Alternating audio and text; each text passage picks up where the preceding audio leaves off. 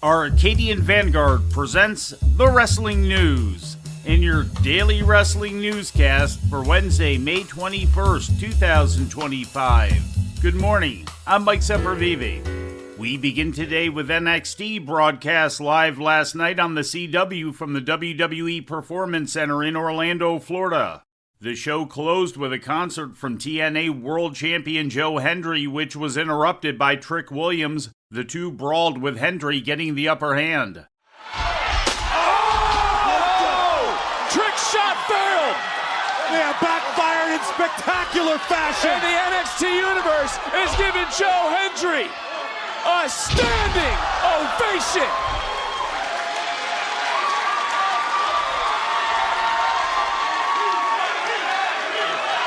At Battleground, Hendry's gonna make history. And at the end of the day, Joe Hendry is the champion of TNA.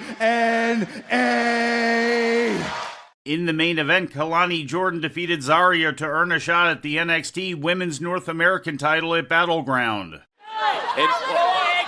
So obviously, what Kalani had to say, it paid the price. Miscommunication. Kalani from behind. Shoulders down. Kalani is headed to Battleground.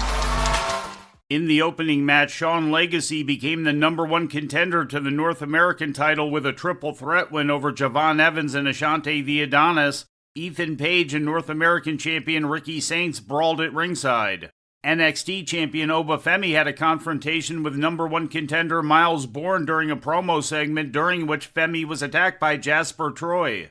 Sean Spears defeated Josh Briggs after interference from the Culling. The Culling continued the attack on Briggs after the match until Hank Walker and Tank Ledger made the save.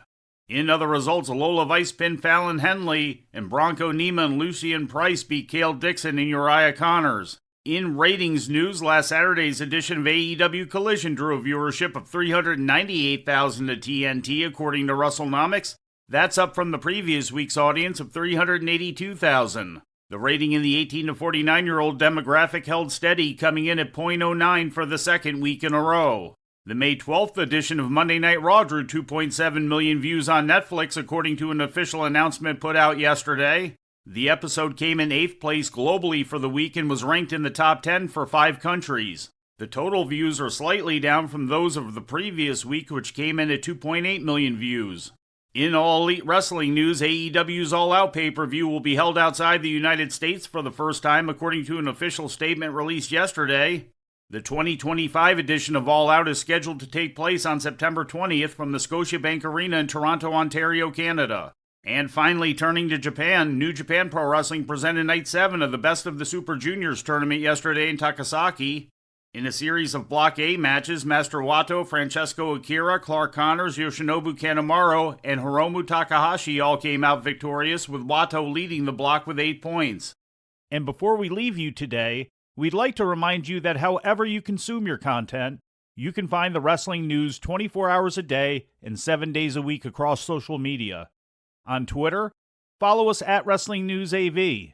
Our Facebook page is also Wrestling News AV. The Wrestling News can also be found on the Arcadian Vanguard YouTube page. And for those who utilize Amazon Echo devices, just tell Alexa to play the Wrestling News podcast. And remember to make sure you add podcast at the end. Once again, for daily updates, breaking news, and more, follow the Wrestling News across social media. And that's the news for today. If anything happens, we will be here to tell you about it. No clickbait, no paywall, just the Wrestling News. The Wrestling News is a division of Arcadian Vanguard, and the Wrestling Newscast is a production of the Arcadian Vanguard Podcast Network.